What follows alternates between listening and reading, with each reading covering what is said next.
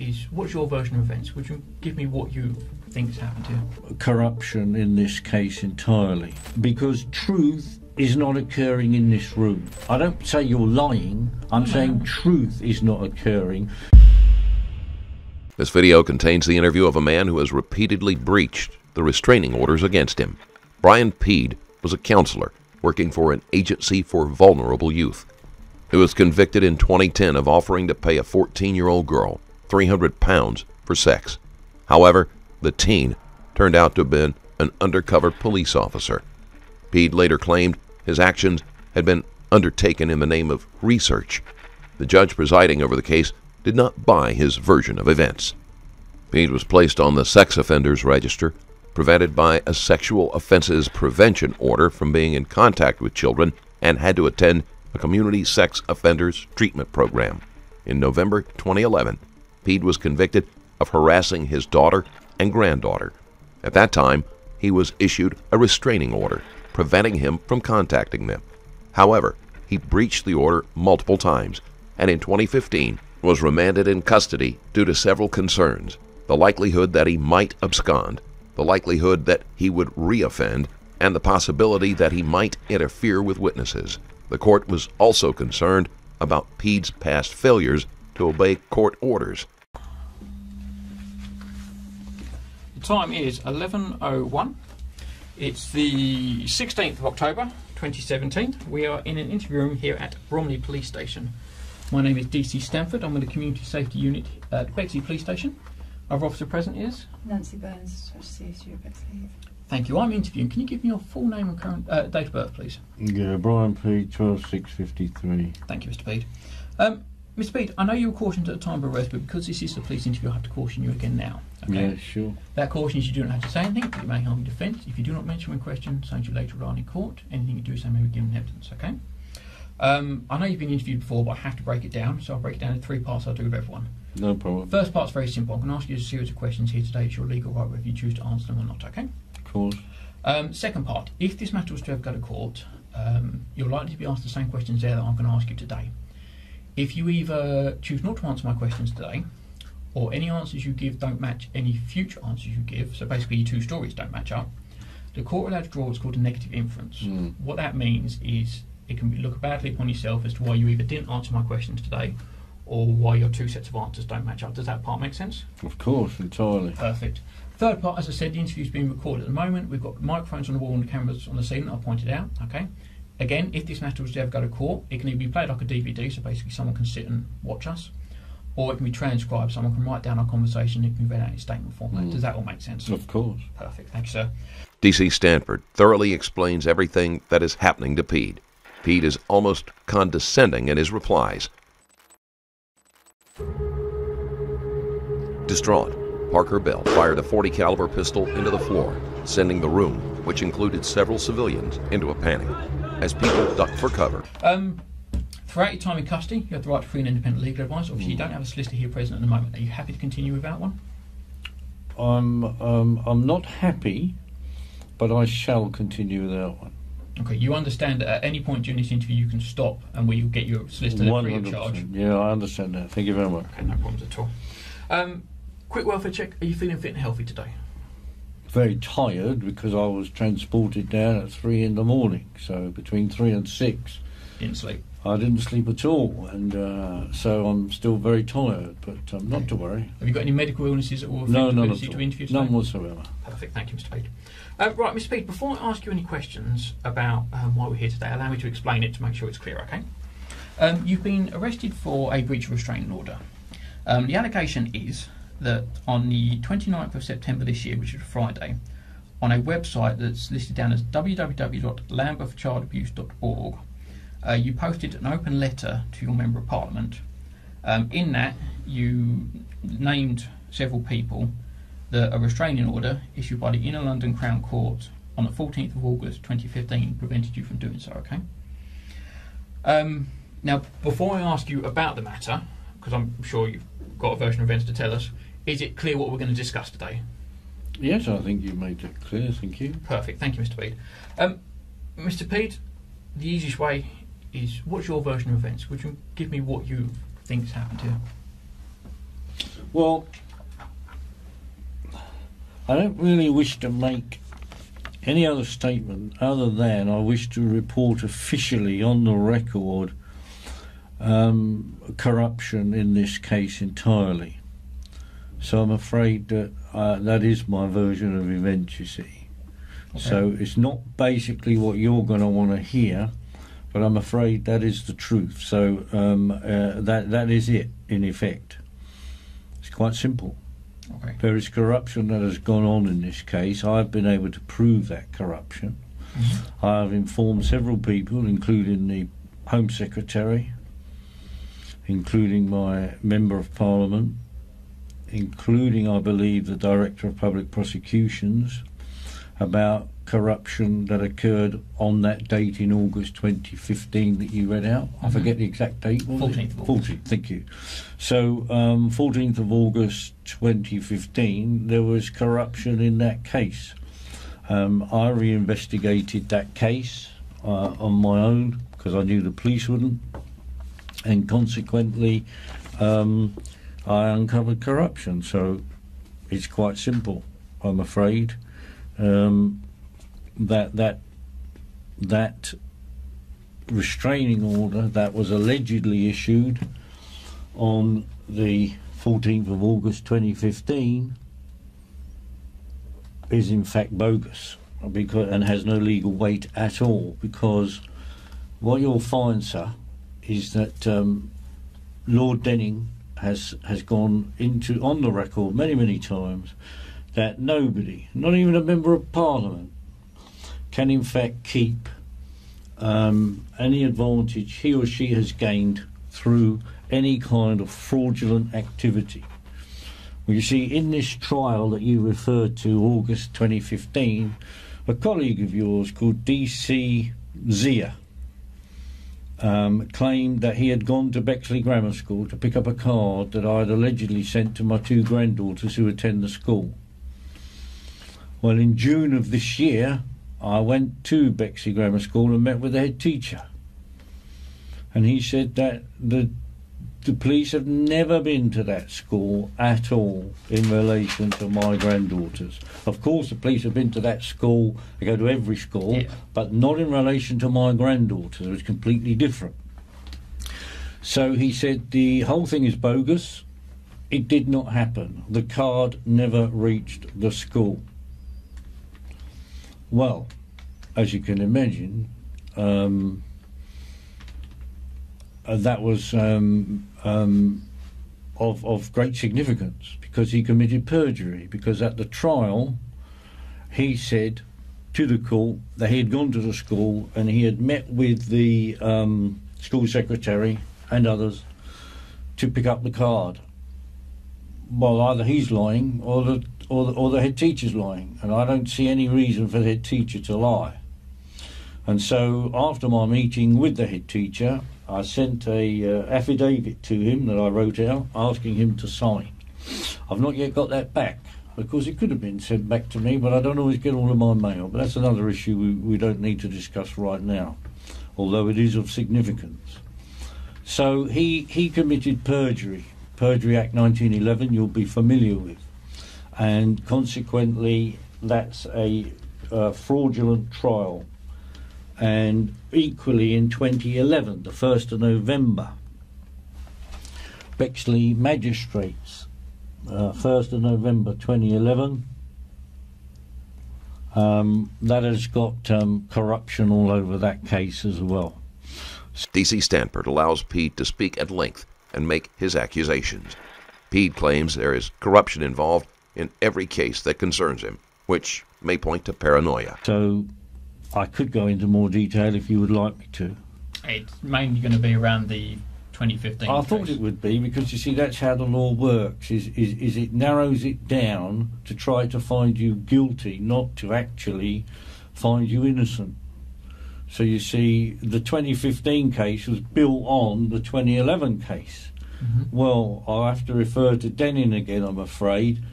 You cannot build something on nothing. So the 2011 case was wrong, was rotten to the core. If you're going to build a case 2015 on that, that's also rotten to the core. And then, to wit, DC Zaya has in fact committed perjury. Okay. So I'm going to ask you a couple of questions in more depth in a second, but so just so I get your explanation correct, what you're telling me is, as far as you're concerned, the court case that issued that restraining order didn't have the power to issue it to you. Correct, it can't do.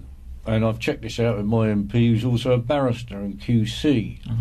And we've discussed this at great length. And on the 27th of January this year, this would be 2017, 27th of January, at the Knights Hill Hotel in a constituency meeting with an investigative author there present, Mr. Bellingham, Sir Henry Bellingham, my MP and barrister, said to me, "It is clear that you cannot be guilty of any of the convictions against you, and any solicitor would be able to see that straight away." And he also referred to my unlawful dismissal at Lambeth when I was a head teacher there. Yeah. And he said, you know about that? Yeah, I you read reading both your websites this morning, actually. Ah, okay. Well, consequently, he also referred to my dismissal at Lambeth as being unlawful, which it clearly was. And that's it, really, sir. Is it? Did you say DC Stanford? STANFORD, yeah. Much obliged, thank you. So DC Stanford, that's it, really. That's all I really have to say on the matter, because it's very serious, as you will appreciate, when I have to inform a police colleague that one of his, in your case, one of his colleagues has committed perjury. And it's demonstrable perjury. It's not me saying it. All we have to do is go along and interview the head teacher, and he'll say, yes, the police never came to my school. Those girls have never received the card that was allegedly sent to their school, etc., etc., etc. Okay, so as I said, as far as you're concerned, the 14th of August 2015, the court case in London Crown, as far as you're concerned, had no legal backing to it. So can I make assumptions? I don't always like doing it, but can I assume that means, as far as you're concerned, that restraining order isn't valid? Yes, I've spoken many times with, again, my MP on this matter, and he's agreed that the restraining order has no validity in law. Okay. A couple of questions I have to ask, and please don't think I'm doing it to frustrate you. I have to, for obviously want to. Were you aware of the conditions? Whether you agree with the order or not, were you aware of the conditions of that restraining order issued on the 14th of August 2015? Were you ever served a copy? I think at this point I'll take my legal advice and say that I'll make no comment. Okay, no problem. Hope you I took the legal advice from myself. You understand what I'm saying? No, and I hope you understand. I've still got to ask you a few questions, but if that's... No, I understand completely. So just to re-ask that question to make sure it's clear for the listener, were you ever made aware of the conditions of the restraining order from the 14th of August 2015? No comment, sir. Can I just check, because I did have a good read of it this morning, along with both the websites, actually. On the... I don't want to make mistakes, let me show if it's right. So I had a look at the www.lambchildabuse.org website. Right. And on it, dated Friday the 29th of September 2017, there is a article under the latest news heading that's listed down. Brian Pead hand delivers letter to MP Henry Bellingham. And I've had a good read. I'm not going to read it all out because, as you can see, it's quite a long letter. Right. Can I just ask, were you the author of this letter? So, are you asking me if I wrote a letter to my MP? Yes. The actual article on the website, is that your letter? It is signed from Brian Pead, but I want to ask, is that the letter that you wrote? Were you the author of that letter, or did someone write it on your behalf? The letter itself I wrote. You did? So of course. So the one that starts, Dear Sir Henry, an open letter, I trust that you are well, and it goes... So you were the author of that letter? I wrote to my MP, for sure. I'm always writing to my MP. Yes, I found a couple of letters like that. Just out of interest, it says it's an open letter. Was it only published on that website? Did you actually post him, or say hand deliver even, did you actually hand deliver him the letter as well? Yes, it was hand delivered to his house. To his house. Okay, it was by yourself? Oh yeah, by me. So Superb. And was that before or after September the 29th? Did it go on the website first, or did you hand deliver it first?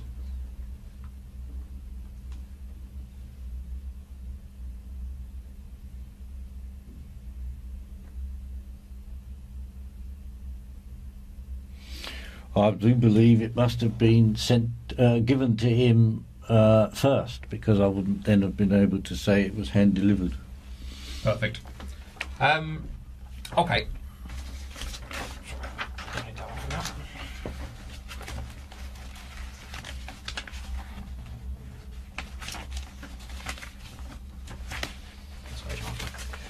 Okay, I'm just going to read out.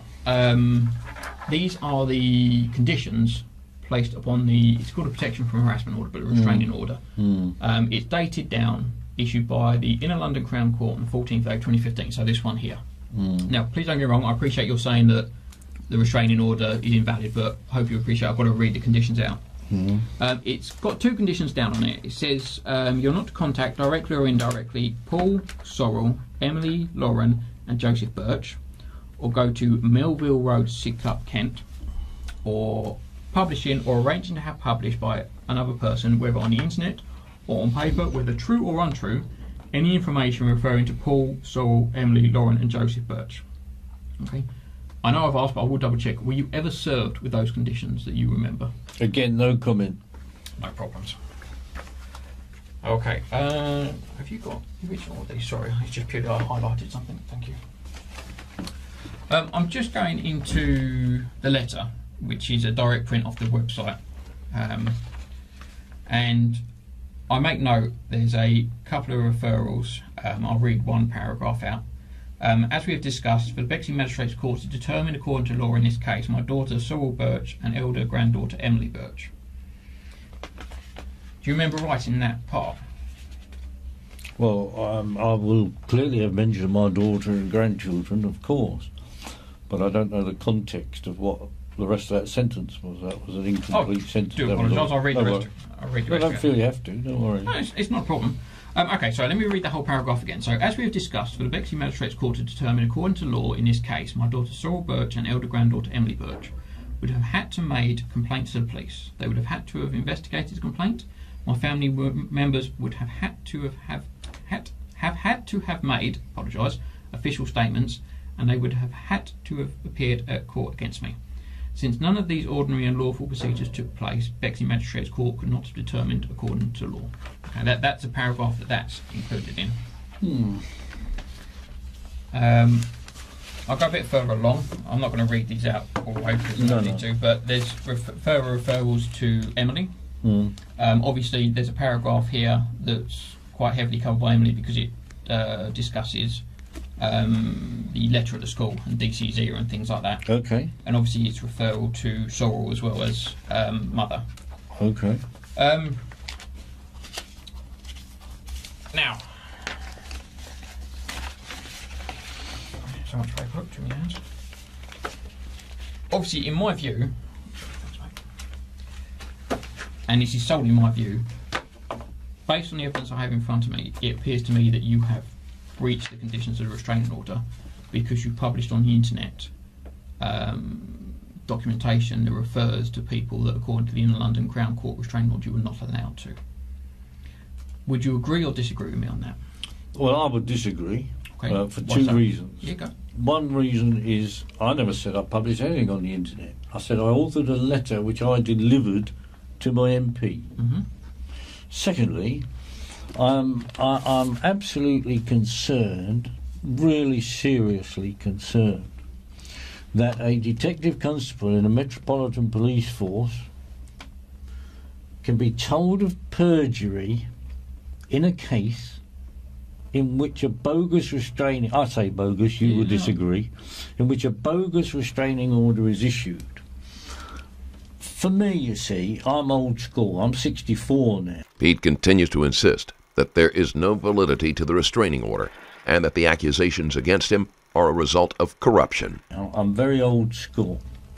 And consequently, being old school, if a member of the public tells me that in a trial a policeman has committed perjury, alarm bells should be ringing.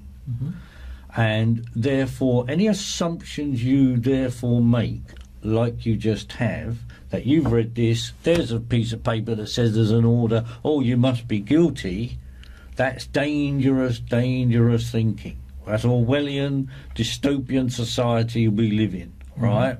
You may not understand all what I'm saying, you don't have to. Your focus, to me, should have been, oh, let's stop there, let's explore your claim, which I said was official complaint. I specifically used those words for the tape. My official complaint is against DC Zia of perjury against the 1911 Perjury Act. I've then given you other evidence from Stephen Elphick, the head teacher at Bexley Grammar School, who confirmed, yes, indeed, the police had never been to his school. And yet here we are now, and there's no disrespect to you, I've got to say what I've got to say. I never bring personalities into it. So here we are now, I'm sitting here, and I've got two people against me, so I'm already outnumbered. I know all that issue about I could have somebody, don't worry about that. And here you are pursuing a line of questioning which is so narrow as to be, I argue, unlawful in itself. Because I've already thrown a spanner in the works to your reasoning that there is a letter I sent to my MP, you've got an internet post, and you've got a piece of paper that says it's a restraining order. You put 1 + 1 + 1 = guilty. Well, I'm afraid real life isn't like that. And if it's a paper exercise that the police want to do yet again to find me guilty, that's fine. You know, no problem. You say you've been on my two websites. Was the other website justiceforbrianpead.com? And did you read on there, did you see on there a copy of my latest book that I'm in production of writing, which is called Blueprint for Abuse and State-Controlled Child Abuse? No, I think I got as far as 10 weeks, 12 prisons. 10 prisons, 12 weeks. Oh, way round, sorry. Never mind. It's one of those way rounds. I remember the numbers. No, but it's very good, thank you. So, yes, so I'm going to say to you, DC Stanford, that with the greatest respect, you have a job to do. And you're a paid civil servant, in effect, public servant. I understand that, not a problem. You got bills to pay, mortgage, perhaps wife and kids, I don't know. Doesn't matter. The thing is, I don't really want to engage in this interview any further based on the fact that I have given you demonstrable corruption and perjury and that, and you haven't.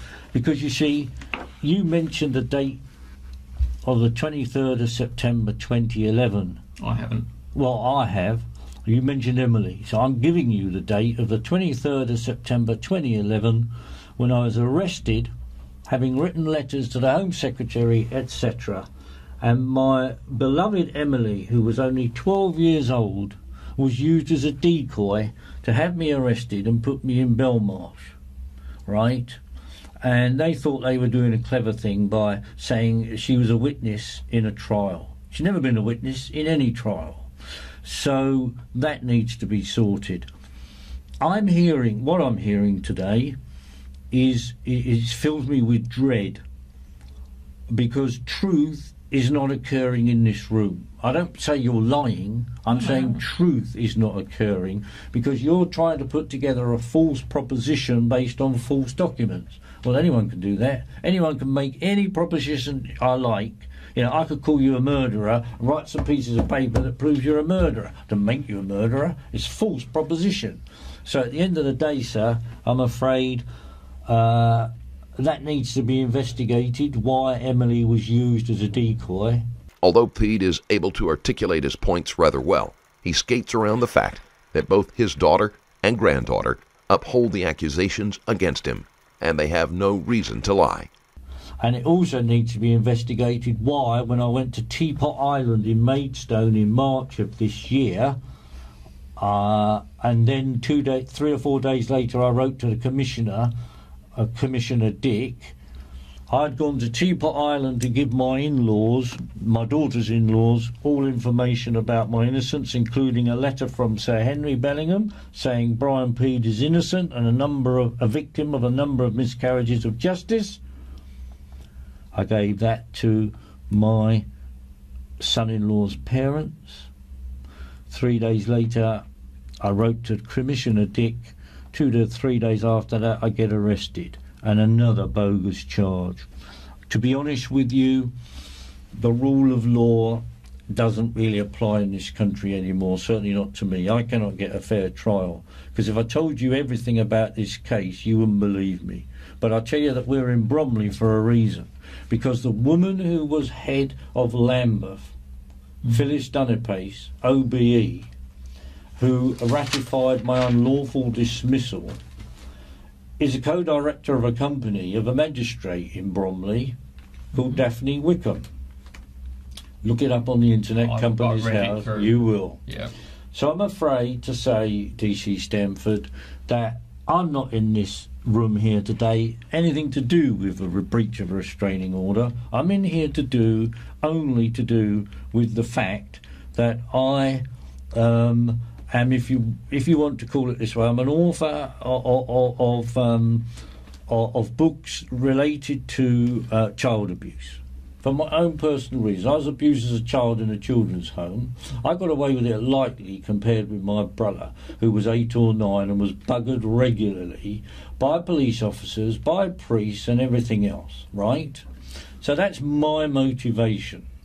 Right, so I will expose everything I can to my dying breath about organised abuse. And if you've been on my website, you'll see another book there, not written by me, written by a journalist in Ireland called Bruce Arnold, and he wrote about all the schools and homes in Ireland. He called it the Irish Gulag. Gulag is a word for prison, right? Yes. And so consequently, Mr. Stamford, I'm afraid to say I've trod on some very powerful toes, which is why I'm here. You are just being used as a pawn, and your colleague next to you is also being used as a pawn. You may not see that, I don't expect you will, but there's a much, much bigger backstory to this than you realise. And I've now got that on the tape, and that'll do me. Okay. There's no need for me to drag this out, I don't need to, but there's just a couple of questions I want to ask you. Obviously, whether you choose to answer them is not a problem. So obviously, we've said that you wrote that letter. That one's not up for dispute. You did raise a point, which I'm going to ask you directly about now. Were you the person who posted that article on the website? I'm not prepared to say, no comment. Okay, no problems. Are you one of the admins for that website? Do you have editorial control? Again, no comment. Okay. Does anyone else have editorial control? No comment. Okay. Does anyone else post either under their own name or under your name? No comment. Okay. Are you aware of everything that's placed upon that website? Well, of course not, because you know, how do I know if something's not being put on there right now while I'm in this room with you? So I can't be always aware, can I? It's impossible. No, that's the nature of a website. I noticed there is a comment section. Obviously, that can be accessed by any member of the public. But the actual main content, these letters, is there anyone else that has access to post other than yourself? Yes. Okay. But are you aware of all the main posts? Not the comments, I wouldn't expect you to be aware of that, but the actual posts that go on the website, are you aware of everything that goes up? I'm aware of the ones I write, of course. Okay, so you're aware that this letter went up onto the website on the 29th of September? Well, it's on there, isn't it? You've seen it. It's there on the internet. Okay. What sort of internet access do you have? Do you work from a home office? No, I don't have the internet at home. I don't want it at home. Okay. Well, I'm going to be very specific. I know you've answered them, but I'm going to be specific to the point. Whether you agree with it or not, were you aware of the restraining order issued by in London Crown Court on the 14th of August 2015? No, I'm not going to answer that question, Mr. Stamford, based on the fact that it's quite clear where this is going. It's quite clear that you want to incriminate me in a breach of a restraining order so that A, I can be imprisoned, and B, that the authorities, as they like to call themselves, though they have no authority over me, I'm quite capable of managing my own life, I'm sure you can. That the authorities like to pretend that there is a restraining order in place. After refusing to comment on a string of questions, Pead can't quite resist being condescending to D.C. Stanford by telling him he knows exactly what the police are trying to do to him.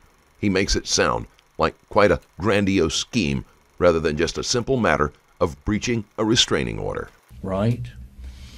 And also what fills me with dread is you actually said that you read out the piece that neither my daughter nor granddaughter Emily had ever given evidence against me on the 1st of November 2011 at the Bexley Magistrates Court.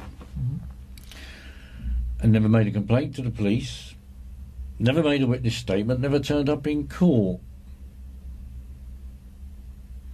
Well, again, that should fill you with dread, actually.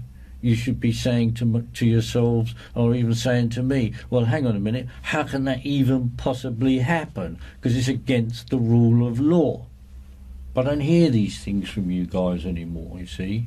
When I went to see Detective Chief Inspector Clive Driscoll, he's on the website, Yeah. he was a former child protection officer for Lambeth, he told me, of course you can't be guilty. Of course you can't be guilty of any sexual offence. You cannot be guilty of the criminal damage, of impersonating a barrister, which they've done before, all sorts of nonsense. And, of course, harassment of my own family. Can't be guilty, he said. So how does a Detective Chief Inspector, how does an MP and a QC tell me you can't possibly be guilty, and then I find that I have two guys in here doing everything they can to try and find me guilty? You see, that only says to me, Mr. Stanford, sorry to, I saw you were going to interject, but that only says to me that the government, call it whoever you like, is still pursuing this course of conduct against me. And when I met DCI Driscoll 2015, 2 years ago, 2.5 years ago, because it was March, he said to me, I can tell you, because I've now left the Met, I can tell you that the Met is persecuting you. His word, not mine. You are flagged up, he says, as a very dangerous man. Not because of anything you've done, because of what you write about. Well, I'm afraid, sir, that if that's the society we live in today, where you can be dangerous because you're exposing corruption and child abuse at the highest levels, well, I think that's a very sad state of affairs, quite frankly. Okay. Two last questions, then I'm completely done. Again, I know I've asked them both before, but so I'm very specific. Are you aware of the conditions upon that order? Again, no comment. Okay. And in your view, and this isn't in your view, it's no trick to this one, in your view, are you guilty of breaching a restraining order? Absolutely not. Perfect. Sorry, please? I'm sorry when you... Sorry. Oh no, I'll deal with that later on. Can I just... Sorry. Go for it. When the lady... I forget your name. Was it Mrs. Burns? No, it's DC Burns. DC Burns. Can you say what your role was, please? Because I didn't catch it. I'm slightly hard of hearing Home sometimes. interview. But I thought you gave a role within the... Oh, I'm a DC in CSG at Bexley Heath. It's the community safety unit, just our department. Thank you. Basically, to allow me to talk to you and not be writing down all the time. Oh, no, I DC get Burns, that. I get make that. my I notes. just wanted to get that for... Same department. Yeah. Okay, right. Thank you. office. Yeah. Mr. Pead, before I conclude this interview, is there anything I've said that's not clear that you want me to repeat? No, I think you've been clear enough, but I'm going to have to repeat myself that I find this a very disturbing interview from the point of view that I have now given you several problems around this case, because another one, of course, is a commander of Lewisham, Mr. Kate Pead, Halpin. Can I just hold you for just 1 second? I'm aware of the allegations you're making against the Chief Superintendent, DCG and things like that. My understanding is all of these complaints have already been made. You've obviously already made them to your MP. They've never been investigated. But you've already made them. They've never been investigated. Okay, what I'm saying though is if you've already made the complaint... They've never been officially made to the police. Seeing that there will be no real progress in this interview, D.C. Stanford brings it to a close. You made him to the MP. Yeah, well, what's he going to do with them? But the MP He's then an referred you MP. straight to the police. Well, you'd think so. He's never given me any indication he's done that. Nothing in writing, nothing verbally. So there's an issue there. Brian Pead was found guilty on all 3 counts of breaching a restraining order.